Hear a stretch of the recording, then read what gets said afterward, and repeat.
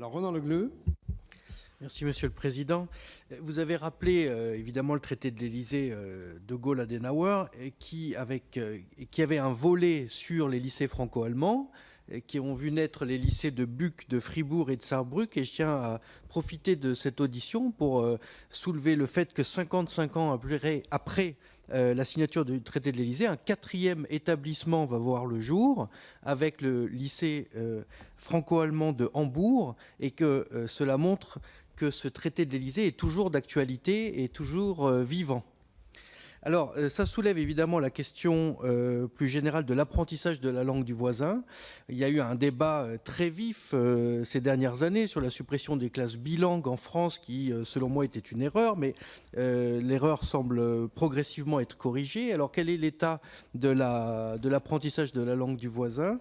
Et j'aimerais également, si vous permettez, vous interroger sur les chances que le gouvernement voit le jour, puisque la majorité des 600 délégués du SPD a été mince, 56,4%, que l'initiative de Kevin Kühnert du SPD semble prendre de l'ampleur avec une vague d'adhésion, et qu'on peut quand même s'interroger sur les perspectives d'un accord. Et dans ce cas-là, est-ce qu'un gouvernement minoritaire pourrait gouverner l'Allemagne, ou est-ce que de nouvelles élections pourraient voir le jour? Je vous remercie.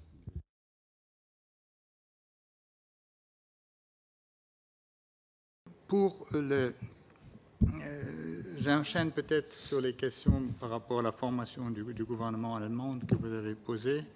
Moi, je suis assez confiant qu'après le vote des délégués, premièrement, il y aura des négociations maintenant.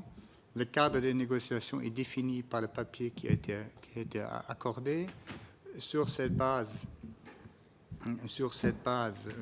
un accord de coalition sera formé et soumis aux adhérents de l'SPD qui auront leur mot à dire. Moi, je ne suis pas spécialiste du vote des adhérents d'un parti ou d'un autre, mais je vois bien que dans ce type de processus, le plus de points de passage que vous avez passés, le plus il devient difficile ou coûteux de faire marche arrière. Pour les lycées et l'apprentissage des langues, je pense qu'il faut y veiller.